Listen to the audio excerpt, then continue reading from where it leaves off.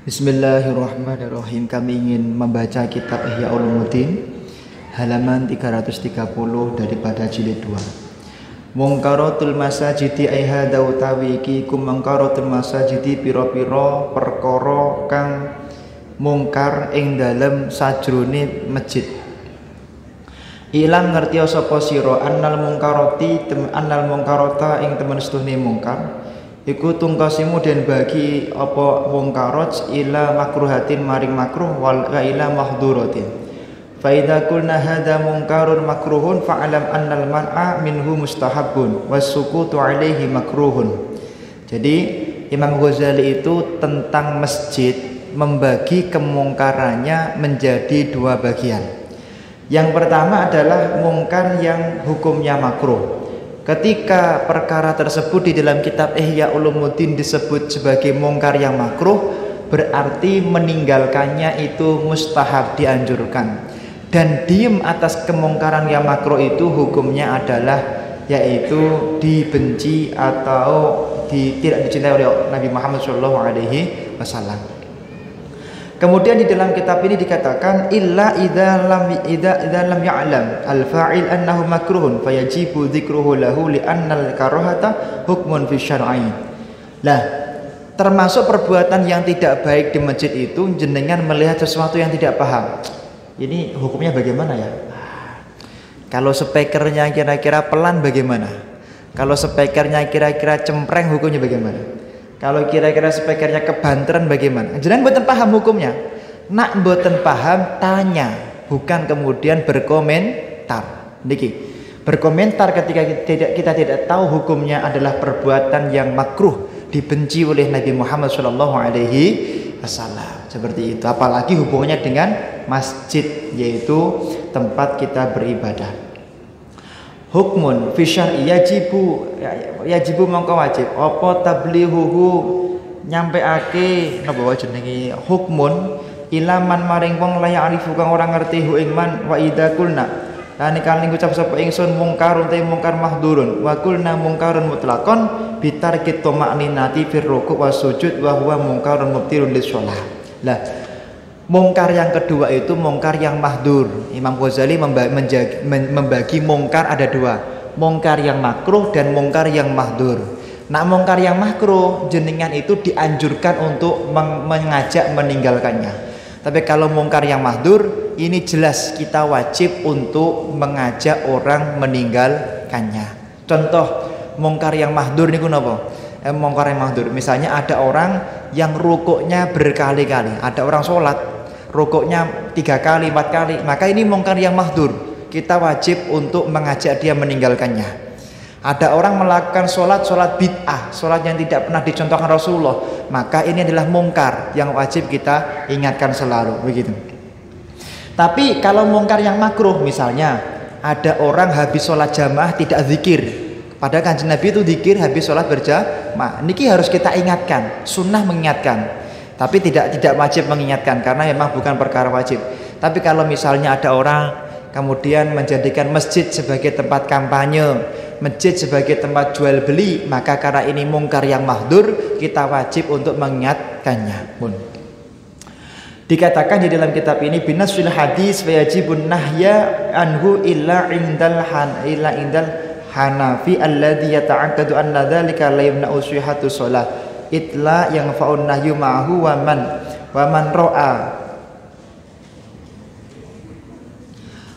man ro'a musian fi sholatihi fasakata alaihi fahuwa syarrun. Dikatakan misalnya Pak, termasuk mungkar yang mahdur niku napa? Ada orang sholat tapi dia rukuknya sujudnya tidak tumakninah. Allahu akbar, Allahu akbar. Enggak berteman, pokoknya cepat. Ya niki ala-ala Ramadanan. Lah, nak cara Imam Syafi'i, Maliki, Hambali itu wajib pakai tumakninah, wajib. Tapi kalau misalnya kok di masjid tersebut itu mazhabnya Imam Hanafi tidak mewajibkan tumakninah, maka jenengan tidak perlu mengingatkannya. Paham nggih? Jadi ini Imam Ghazali juga memberikan ilmu kepada kita. Jenengan kalau berdakwah itu lihat-lihat dulu. Jangan-jangan masjid itu mazhabnya Hanafi. Ngoten maksudnya. Jadi ditanglet tadi ngapunten Pak Kiai. Teng masjid mriki kok salate mboten ngagem thama'aninah niku pripun? Oh, kami menggunakan madzhab Hanafi. Oh, maka jenengan tidak perlu mengingatkannya karena madzhabnya Imam Hanafi. Kalau dia madzhabnya Imam Syafi'i, wajib thama'aninah niku napa? As-sukut biqadri subhanallah. Jadi Allahu Akbar, diam dengan kadarnya subhanallah. Sami Allahu liman hamidah, diam sebentar. Sujud Allahu Akbar. Jadi diam dengan kadar membaca subhanallah, seperti itu. Nah, barang siapa orang yang diam terhadap kemungkaran yang berupa mahdzur di dalam masjid, maka dia adalah orang yang buruk di mata Allah Subhanahu wa taala. Enggak boleh kita diam. Nah, apalagi di masjid nih. Hakadha warada bihil athar wa fil khabari ma yadullu alaihi it warada fil ghibah annal mustami'a syarikul qail. Dikatakan maka di sini dikatakan pendengar itu sama dengan yang melakukan, penglihat sama dengan yang melakukan. Maksudnya begini, Pak. Ini kalau dalam teori hukum nasional itu, misalnya kita melihat ada orang membunuh, kalau ya kita diem, maka kita termasuk orang yang membunuhnya, termasuk orang yang membunuh. Sama di dalam kitab Ihya Ulumuddin, di sini ada sebuah hadis bahwasanya ada orang misalnya di masjid, dia maksiat. Kalau kita diem nggak mengingatkan, kita juga termasuk orang yang maksiat. Kita di kampung ada orang yang zina, kita diem saja, gak penting urusan dia. Kita diam terhadap kemaksiatan, itu juga maksiat. Paham ya? Seperti itu. Makanya kalau ada yang melakukan kemungkaran, kita harus mengingatkan seperti itu. Tapi kemungkaran yang Pak, kemungkaran yang umum, menderek-derek napa bahas masalah sing mboten umum nggih, mboten usah. Misalnya Pak di masjid ini kok misalnya sholat tarawihnya kok misalnya 100 rakaat misalnya nggih. Di masjid B sholatnya 80 rakaat, di masjid C sholatnya 60 rakaat. Kan ini beda-beda. Ya sudah.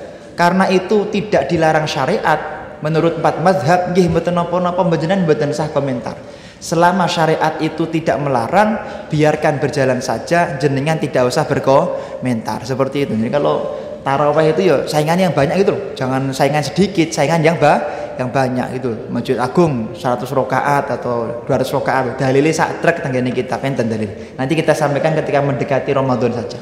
Ketika mendekati Ramadan, kita sampaikan dalil-dalil kenapa sholat tarawih itu 20 rakaat. Kenapa 2 rakaat salam? Dalilnya dari kitab ini, juz ini, halaman ini, hadisnya sahih, kira-kira begitu. Kita sampaikan semuanya insyaallah. Wa kadzalika kullu ma qaddaha fi sihhati shalah min najasatin ala saubihi la yaraha awin harafa 'anil qiblati bisababi dzulamin aw ama fa kullu dzalika tajibul hisbah fihi. Nah, termasuk jenengan hukumnya wajib mengingatkan. Misalnya temennya sholat ternyata di bajunya itu ada najis, nggak tahu, jenengan wajib mengingatkan.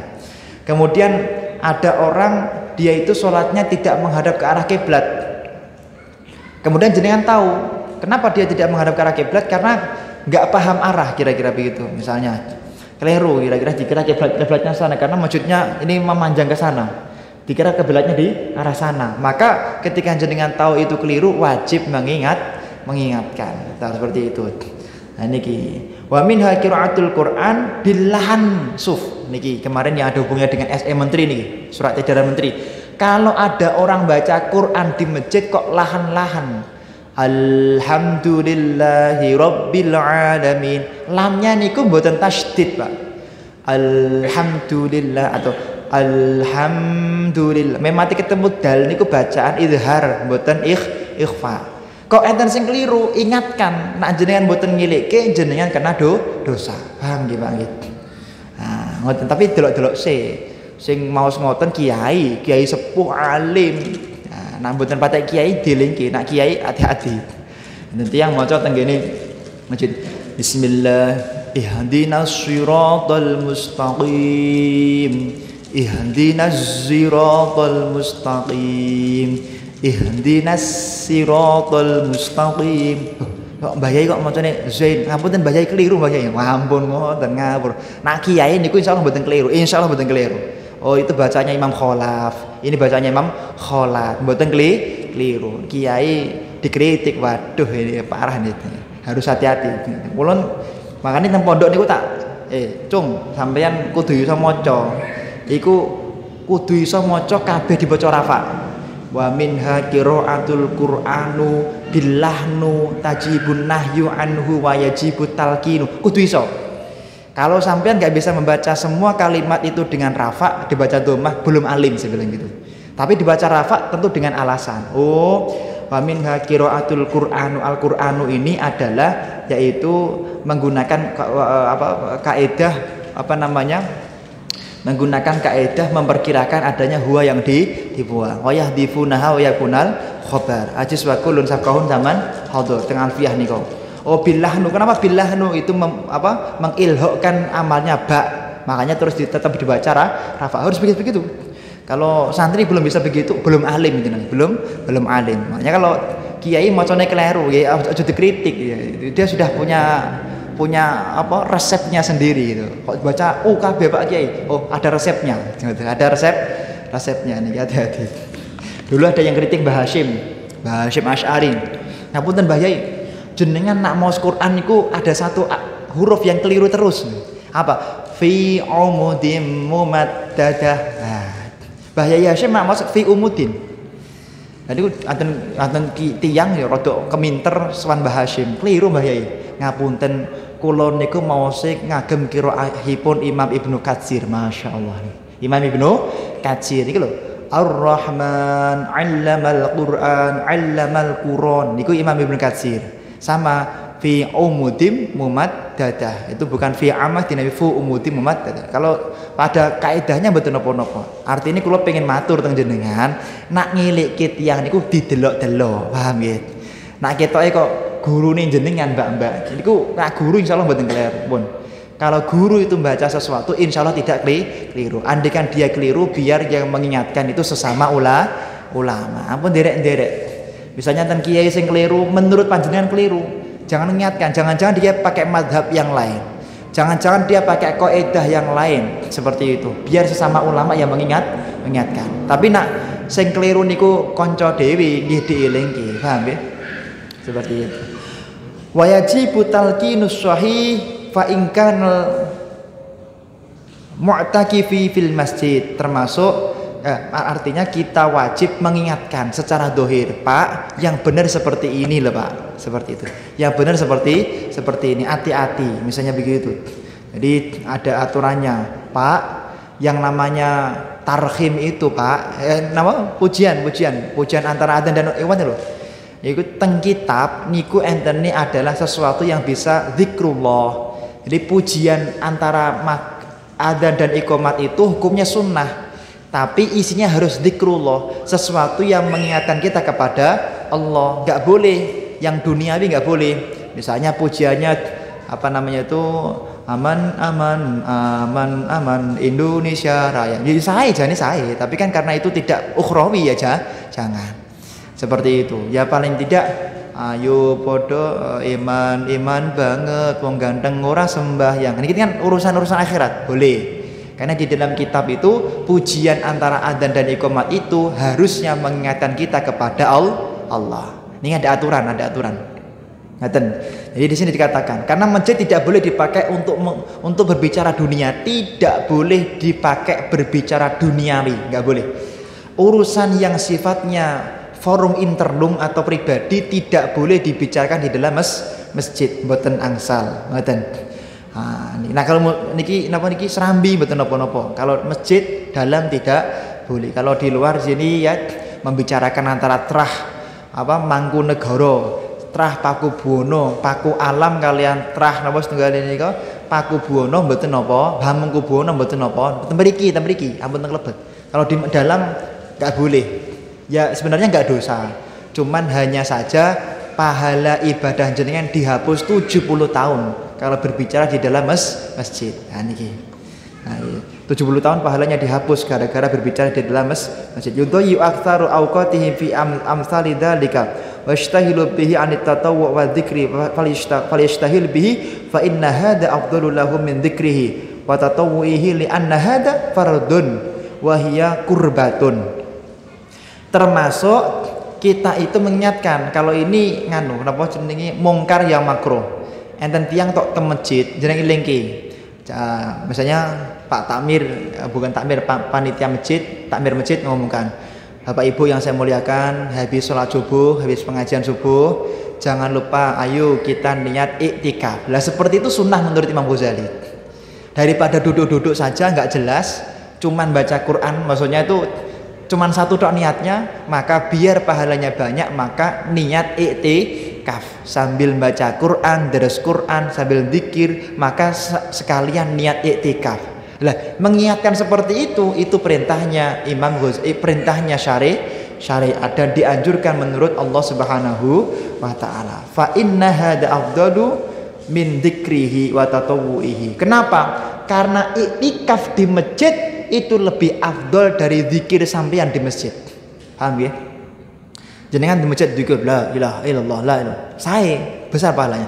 Tapi iktikaf di masjid tanpa zikir itu lebih mulia daripada zikir tanpa iktikaf. Paham maksud saya ini? Ada dua pahala sunnah. Yang satu itu iktikaf tok, yang satu zikir tok. Maka menurut Imam Ghazali lebih utama iktikaf tok. Tapi tentunya yang lebih baik ya iktikaf plus di zikir. Karena apalagi masjid sepuh. Kalau kita iktikaf itu di masjid sepuh itu lebih diutamakan, dianjurkan sholat itu di masjid sepuh, di masjid yang paling tua. Hati-hati. Makanya kula niku matur tenggene panjenengan Pak nggih. Hati-hati kalih masjid-masjid sing didamel teng sekitar panjenengan. Misalnya jenengan tinggal rumah jenengan misalnya Banaran atau mana itu Gentan atau mana Pasar Kliwon. Satu kampung dalam jarak teriak kok masih cukup masjidnya dipakai untuk sholat Jumatan. Nggak boleh mendirikan sholat Jumatan kedua, nggak boleh. Nggak boleh. Nah, kenapa Anda harus melarang? Nggih, di dalam kitab Ihya Ulumuddin, kalau misalnya masjid sana dulu yang takbir atau khutbah, maka wala yasihhu sabiqo. Maka yang kedua tidak sah. Yang pertama sah, yang kedua tidak sah. Paham ya? Gambarannya ngeten. Misal Masjid Agung. Temriku tiba-tiba dibangun masjid, tiba-tiba. Lah, kemudian dipakai sholat Jumat. Kalau masjid niku tiap RT enten saya. Masjid itu tiap gang ada masjid itu saya banget. Cuman kalau dipakai Jumatan tidak boleh sembarangan. Karena bolehnya membuat Jumatan dalam satu kampung itu harus ada dua syarat. Nak mboten tukaran, nggih masjid pertama pun kebeken. Nak dereng kebeken nggih mboten angsal. Lah harus dilarang. Kenapa? Karena kalau sampai yang khutbah sana dulu, yang takbir sana dulu, maka yang kedua tidak sah. Ngoten paham nggih? Maka yang dianggap sah itu yang bukan yang paling banyak, bukan yang paling banyak jamaahnya, bukan. Di dalam kitab Nihayatul Muhtaj atau di dalam kitab Bughyatul Mustarsyidin yang dihitung itu adalah as-sabiq dunas sabiqoh, yang dulu. Ya, misalnya ke Masjid Agung ini masih cukup Jumatannya nggih. Ampun angsal mendirikan Jumatan. Karena kalau sampai yang sana dulu takbirnya, sini enggak sah semuanya. Sini enggak sah semuanya, ngoten. Nah, ini perlu kita sampaikan dan ini salah satu kemungkaran yang berhubungan dengan masjid niku napa? Mendirikan yaitu Jumatan lebih dari satu Jumatan dalam satu kampung. Nak kebeken mboten napa-napa. Tang Al-Mu'ayyad niku tenggene Mangkuyudan niku Al-Mu'ayyad niku Jumatan. Tapi nggih melebar sampai teng dalan-dalan. Mboten sedeng lah intine. Terus ngajenge niku Masjid Asy'ari niku nggih Jumatan, full sampai dalan-dalan. Masjid Tegal Sari full sampai dalan-dalan. Masjid napa? An-Nur, Masjid Daman itu full sampai dalan. Mboten napa-napa. Nak full mboten napa-napa. Tapi nak masjid niku tasik kosong nggih mboten angsal. Masjid sing pertama tasik kosong maka tidak boleh. Maka tidak sesederhana kemudian kita pengen ini demi syiar biar masjidnya banyak. Mboten seperti itu. Ada aturan syariat yang harus dipahami. Intinya tidak boleh mendirikan Jumatan dalam satu kampung kecuali ada dua syarat tadi. Niki hati-hati nggih. Niki hati-hati. Bismillahirrahmanirrahim. Washtahilu bi'ani tatawwi wa dzikri fashtahilu. Dikatakan di dalam kitab ini fahiya afdalu min nafilatin, dikatakan fa inna hada afdalu lahum min dzikri wa tatawwihi li anna hada fardun wa hiya qurbatun tata'adda faidatuha fahiya afdalu min nafilah taktasiru alaihi faidatuha wa in kana dzalika yamna'uhu 'anil waraqati masalan aw 'anil kasbi mun. Termasuk niki. Jadi iktikaf, jadi sesuatu yang dalam teori kaidah fikih ma yata'allaqu bil makan, sesuatu yang berhubungan dengan tempat dan tidak bisa dikerjakan di tempat yang lain, maka sesuatu itu lebih afdol daripada perkara yang lain. Nggih. Iktikaf itu kan harus di masjid, Pak. Sekali lagi, iktikaf itu harus di masjid. Lah, sholat sunnah bisa di mana saja. Sholat hajat bisa di mana saja. Zikir bisa di mana saja. Maka dalam teorinya Imam Ghazali, jenengan di masjid itu yang penting iktikaf. Masalah mungkin jenengan itu kemudian ngaji seperti ini monggo. Tapi jenengan duduk seperti ini kok enggak niat iktikaf, itu merupakan mungkaratul makruhah, perbuatan mungkar yang dimakruhkan. Makanya kalau ngajak jenengan, setiap kita duduk di masjid di serambi ngeten niki monggo diniati iktikaf sambil ngaji. Nah niki karena iktikaf ini yang berhubungan dengan masjid, kalau ngaji kan bisa di mana saja kan ngoten niki. Nah niki bismillahirrahmanirrahim, termasuk tidak boleh kita itu menjadi seorang buah tulis ini intinya melakukan perbuatan duniawi di dalam masjid. Misalnya jual beli kertas mboten angsal. Kemudian bekerja mboten angsal. Nyambut damel teng masjid mboten angsal. Kecuali kalau memang itu urusannya masjid, misalnya masjid damel damel koperasi mboten napa-napa. Koperasi masjid karena tujuannya untuk memakmurkan masjid mboten napa-napa. Tapi kalau untuk kepentingan pribadi hukumnya tidak boleh. Hati-hati. Wa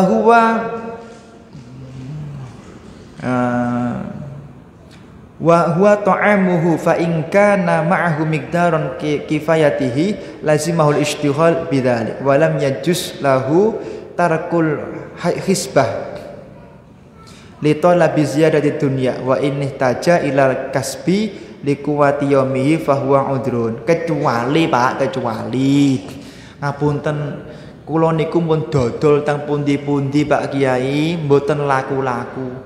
Sedangkan saya itu kalau nggak jualan di masjid nggak laku-laku. Nak teng mereka mboten napa-napa lho Pak, teng nika teng dawe gerbang mboten napa-napa, tapi nak teng lebet ya ampun. Pak Kiai kula niku nak jualan di mana-mana nggak laku. Nak jualannya di masjid nembe laku Pak Kiai. Lah, kalau ada udzur seperti itu maka baru boleh. Boleh karena sesuatu yang udzur tubihul mahdurat, itu menjadikan hukum boleh seperti itu. Kemudian fayasqutul wujubu anhu li'ajizi walladhi yaksurul fil qir'ani in kana qadirun 'ala ta'allumi falyamtani minal qira'ati qabla ta'allumi fa innahu 'asin bihi. Sama halnya dengan, tapi berhubungan dengan masjid harus ngaji. Jadi kalau orang itu mau jadi pengurus takmir, maka harus mau ngaji tentang fikih masjid. Kenapa? Karena orang kalau mau menjadi nadhir atau pengurus masjid, kok dia tidak mau belajar fikih masjid, seperti seperti orang yang baca Quran tapi tidak digurukan. Seperti orang yang baca Quran tapi tidak memiliki ilmu tajwid, sehingga asin itu termasuk perbuatan maksiat. Di dalam kitab Zubat dikatakan wa kullu man bi ghairi ilmin ya'malu amaluhu mardudatun la tuqbalu. Barang siapa orang yang melakukan satu ibadah tidak didasari dengan ilmu, maka tempatnya adalah ditolak setiap ibadahnya oleh Allah Subhanahu wa taala. Alhamdulillah, Yai Muhtaram beberapa kali mengadakan kajian fikih masjid beberapa kali ya. Kemudian Yai Muhtaram beberapa kali mengadakan kajian fikih masjid. Di sini ada pengajian Fathul Mu'in ya. Kalau Jumat pagi bersama dengan kami juga, itu juga dibahas tentang fikih masjid. Insya Allah kalau kita di Masjid Agung Surakarta, apa yang kita lakukan sudah sesuai dengan rambu-rambu syariatnya Nabi Muhammad SAW. Nah niki dikatakan fayasqutul wujub anhu li ajzihi wa in kana la yutawa'ahu lisan fa in kana aktsaru ma yakruhu lahnan fayatrukuhu wal yastahid fi ta'allumil Fatihah. Bon. Niki mangke sami kalian urusan salat, Pak Mustain. Lebih baik mana kita hanya baca Fatihah tok tapi fasih dibandingkan dengan baca 30 juz tapi mboten fasih. Dijawab oleh Imam Ghazali, lebih baik baca Fatihah tok tapi fasih daripada 30 juz tapi tidak fasih. Semindah malih seperti itu. Dan makanya tenggene kitab I'anatul Talibin, tenggene kitab Fathul Wahhab, ketika ada orang sholat, dia itu fasihnya cuma bismillah tok. Bismillahirrahmanirrahim. Gini tok. Yang hamdalah sampai anu belum fasih, maka dia tidak boleh membaca hamdalah sampai akhir. Dia diperintahkan membaca bismillah biqadril Fatihah. Bismillah dengan kadar hurufnya surat Al-Fatihah. Paham ya, Pak? Misalnya, dia itu hafalnya cuman surat Al-Fatihah. Anas apal, Pak, tapi plegak plegu. Dari nanti diguru ke, maka dia tidak boleh membaca surat-suratan Anas. Tapi dia harus membaca Al-Fatihah untuk kedua kalinya sebagai bentuk suratan. Paham nggih, Pak? Jadi tidak usah kita kemaki harus 30 juz, tidak usah. Kalau perlu hanya juz amma saja yang kita deres sehari-hari tapi benar-benar fasih. Paham nggih, Pak? Makanya ini penting kita sampaikan karena itu adalah aturan syariatnya Allah Subhanahu wa taala. Misalnya ada orang yang mana dia itu tahu sholat itu harus baca Fatihah, tahu. Tapi dia tidak pernah menggurukan Fatihah atau belum sempat menggurukan Fatihah karena dia baru bertobat. Maka dia tidak perlu membaca surat Al-Fatihah, tapi diganti dengan al-zikru biqadril Fatihah. Diganti dengan ayat yang lain, kalau memang tetap tidak bisa, diganti dengan zikir yang lain yang mana hurufnya sebanyak Al-Fatihah. Misalnya Allahu Akbar, Allahu Akbar, Allahu Akbar, Allahu Akbar, Allahu Akbar, karena ahli diimbau kan Allahu Akbar, Allahu Akbar, Allahu Akbar, Allahu Akbar, Allahu Akbar. Ya seperti itu. Jadi diganti dengan huruf zikir yang sebanyak Al-Fatihah. Paham nggih? Jadi Quran itu tidak sembarangan, harus dibaca pelan-pelan, harus dibaca dan digurukan, penting banget. Makanya kula niku sering usul, kalau bisa itu jangan cuman TPA anak-anak, ampun, tapi juga harus Masjid Agung niki gadah program TPA untuk bapak-bapak. Karena yang tidak fasih itu tidak cuma anak-anak, kadang bapak-bapak yang kurang patek fasih. Paham teman-teman itu? Jadi perlu ada TPA khusus bapak-bapak, ini perlu ada. Biar membenarkan bacaan Fatihahnya, membenarkan bacaan tahiyatnya, menyempurnakan bacaan Qur'annya, ini penting sangat wonten, Masya Allah. Nambutin ngoten merasa benar, ternyata selama ini keliru dan tidak ada udzur bagi panjenengan. Orang yang dekat hidupnya dengan para ulama, maka tidak ada udzur baginya untuk bisa mengatakan dirinya itu dia maafkan oleh Allah Subhanahu wa taala. Kecuali jenengan tenggene ghobah nggih. Tenggene ghobah niku napa? Alas tenggene hutan, enggak kenal ulama, enggak kenal ustadz, jenengan keliru mboten napa-napa, dimaafkan. Tapi karena jenengan tinggalnya di Solo, banyak ulamanya, ada tafsir anomnya, jenengan wajib belajar biar tidak keliru ngoten nggih. Ini kan perlu kita evaluasi. Di forum ustadz juga harus ada. Ustadz itu harus punya forum untuk saling mengingatkan, mengingatkan. Ya. Bismillahirrahmanirrahim. Wa tashihuha wa in kana al-aktsar sahihan wa laysa yuqaddiru ala taswiyati fala ba'sa lahu ayyaqra'a ayyaqra'a walakin yambai ayyakhfadha bihi as-sautu hatta yasma'u ghayrahu. Nah, maka walaupun sing bener guru Fatihah tok, Pak, kalau memang hafalnya cuma Al-Fatihah dan Al-Fatihah itu yang benar-benar sudah digurukan, maka sholatnya hanya membaca Fatihah tok, mboten napa-napa, mboten saisin. Cuma di dalam kitab Ihya ini dikatakan nanti ketika membaca surat-suratan agak pelan. Fatihahnya yang pertama keras, tapi ketika membaca Fatihah yang kedua untuk surat-suratan dipelankan biar yang lain tidak dengar. Paham ya, Pak? Ya niki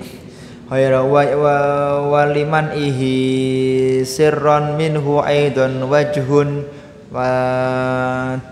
ada pendapat wajah kaul wajah niku kaul yang lemah kalau memang muqabilnya sahih itu mengatakan sirri tidak dianjurkan, walakin idza kana dzalika muntaha qudratihi wa kana lahu anisun bil Quran wa hirsun 'alaiha falastu arabihi ba'san wallahu a'lam bissawab.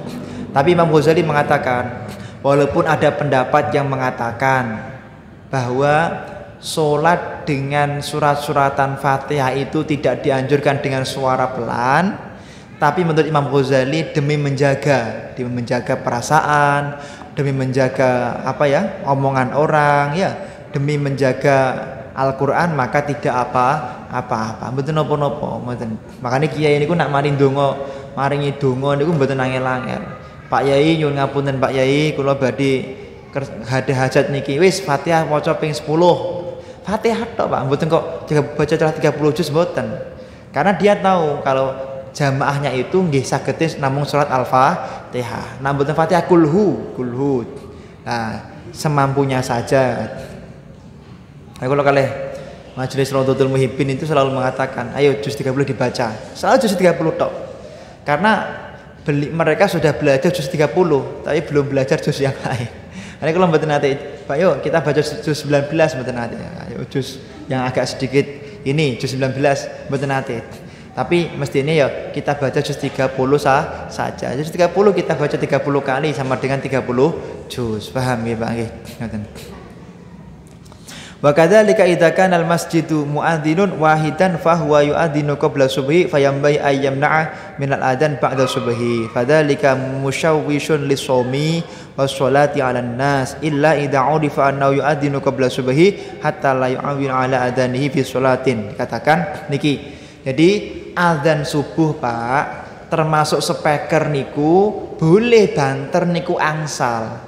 Banter niku dianjurkan. Tengene kita Bughyatul Mustarsyidin dipun ngendikaken wala yukrahu ajhru, tidak dimakruhkan atau tidak diharamkan mengeraskan suara di masjid dengan mukabirus shaut, kecuali jika yuwashwish, kecuali jika speaker nak banter niku ganggu tanggane. Dan niku nembe menjadi masalah. Jadi seperti itu. Contohnya napa? Baru jam 3 malam belum masuk waktu sholat subuh dia sudah adzan. Nah niki lho.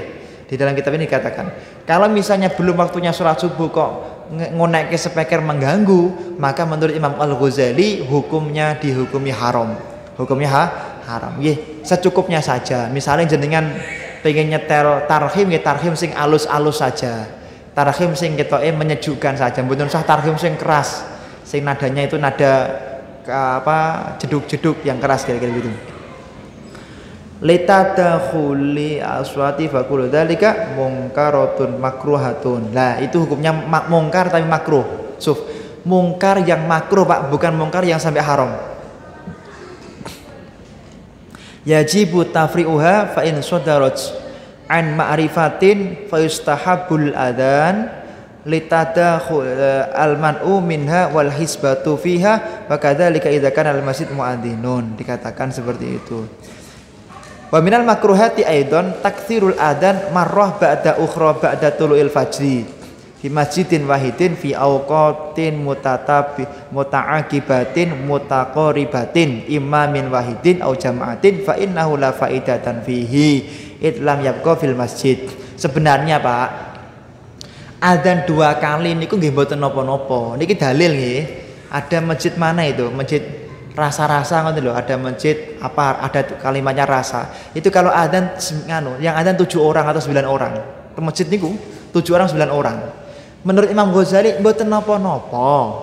Cuman kalau memang itu tidak diperlukan ya tidak usah. Maksudnya kalau 7 orang itu bareng mboten napa-napa. Tapi kalau 7 orang itu tidak bareng nggih mboten perlu. Misalnya adzan pertama jam 4 kan cuma subuh nggih, jam 4 subuh. Adzan pertama jam 4. Jam 4 5 menit adzan lagi. Jam 4 10 menit adzan lagi. Ya seperti itu kalau tujuannya mengundang jamaah mboten napa-napa. Tapi kalau mengganggu jamaah hukumnya tidak dianjurkan. Mboten napa-napa. Niki kalau pengen memberi satu edukasi, adzan berkali-kali di masjid itu mboten napa-napa. Betul napa-napa. Tapi kalau tidak diperlukan ya tidak usah seperti itu. Fa kullu dzalika minal makruhatil mukhalifati lisunnati sahabat wassalaf. Wa minha ayyakuna al-khatib la bisan li thawbi aswadin yaghlibu alaihi al-ibrisam aw mumsikan li sayf. Kemudian termasuk mungkaratul makruhah, perbuatan yang dibenci oleh Rasulullah tapi tidak sampai haram adalah seorang yang pergi ke masjid tapi menggunakan baju yang mencolok, ibrosam ya, disongket dengan songket yang mencolok ya, ada di sini ibaratnya khotib, ada khotib dia itu naik ke panggung pakai baju hitam yang membuat orang itu mencolok, maka seperti itu juga hendaknya diingatkan, jangan. Makanya dimakruhkan orang sholat itu menggunakan baju yang bertuliskan di punggungnya. Dari punggungnya dan tulisan apa? Barcelona, itu makruh hukumnya. Punggungnya tulisan apa? Spanyol, makruh hukumnya seperti itu ya. Di punggungnya ada tulisan apa? Barcelona selalu menang, dan itu makruh hukumnya seperti itu, paham ya? Makruh. Atau belakangnya ada tulisan apa? NKRI harga mati, makruh di punggungnya makruh itu. Kalau sholat dicopot dulu, nanti kalau habis sholat dipasang lagi. Kenapa? Karena menjadikan sebab orang yang sholat di belakangnya tidak khusyuk seperti itu, tidak bisa fokus. Bismillahirrahmanirrahim. Dikatakan fahuwa fasik, itu akan menjadikan orang itu jadi fasik. Orang kalau sholat kok bajunya itu bertulis-tulis sesuatu, maka bicara fasik. Terutama mbak-mbak kalau beli rukoh itu nggak usah yang ada tulisannya belakangnya, paham ya? Jadi yang polos-polos saja itu dianjurkan, kira-kira begitu. Yang nak gurine mboten maca mboten napa-napa. Kalau jenengan sholatnya paling depan, kerudungnya kemudian bertuliskan tertentu dibaca orang, maka hukumnya makruh. Kalau sholatnya pakai kerudung, pakai mukena yang tidak bertuliskan sesuatu tapi di baris terbelakang mboten napa-napa. Tapi kalau di baris ke depan mengganggu orang di belakangnya, maka makruh. Idza habbas sayab ila Allah taala wal albait. Sebaik-baik baju, Pak, untuk sholat itu yang paling sae sing putih warnane. Nah, saged jenengan kalau ibadah sholat itu menggunakan baju yang berwarna putih. Dikatakan di dalam kitab Ihya, dikatakan ahabbus siyab, sebaik-baik sesuatu yang paling Allah cintai daripada baju ilallah ta'ala al-bayat, yaitu baju yang berwarna putih, baju putih. Wa man qala innahu makruhun wa bid'atun arada bihi annahu lam yakun ma'hudun fil asri al-awwal lakin idza lam yurad fihi naha fala yambai ayyusammiya bid'ah wa makruha walakin tarkun lil ahabbi wa minha kalamul qisas. Nah, terus kita lanjutkan lagi pertemuan minggu depan nggih. Lah termasuk perbuatan yang dianjurkan itu napa? Menggunakan baju yang serba berwarna putih di masjid. Yang polos itu sangat dianjurkan ketika kita sholat di masjid. Menggunakan baju yang bertulis-tulis, menggunakan baju yang dihiasi dengan emas, dihiasi dengan songketan-songketan yang berlebihan. Kalau nggak berlebihan nggak apa-apa, maka hukumnya itu adalah makruh, tidak dianjurkan oleh Allah Subhanahu wa taala. Paham nggih? Semoga jamaah Masjid Agung diberi rizki yang lancar oleh Allah Subhanahu wa taala. Diberi kabul semua hajatnya, dijadikan anak turunnya menjadi anak turun yang soleh-solehah, yang sedang menghafalkan Quran semoga segera khatam lanyah insyaallah. Ya, semoga semua hajat kita semuanya dikabulkan oleh Allah Subhanahu wa taala, khususnya hajat guru-guru kita. Semoga hajat guru-guru kita dikabulkan oleh Allah Subhanahu wa taala. Ala hadhihi niyyah wa likulli niyatin shalihah wa ala man wa salafuna shalih. Al-Fatihah.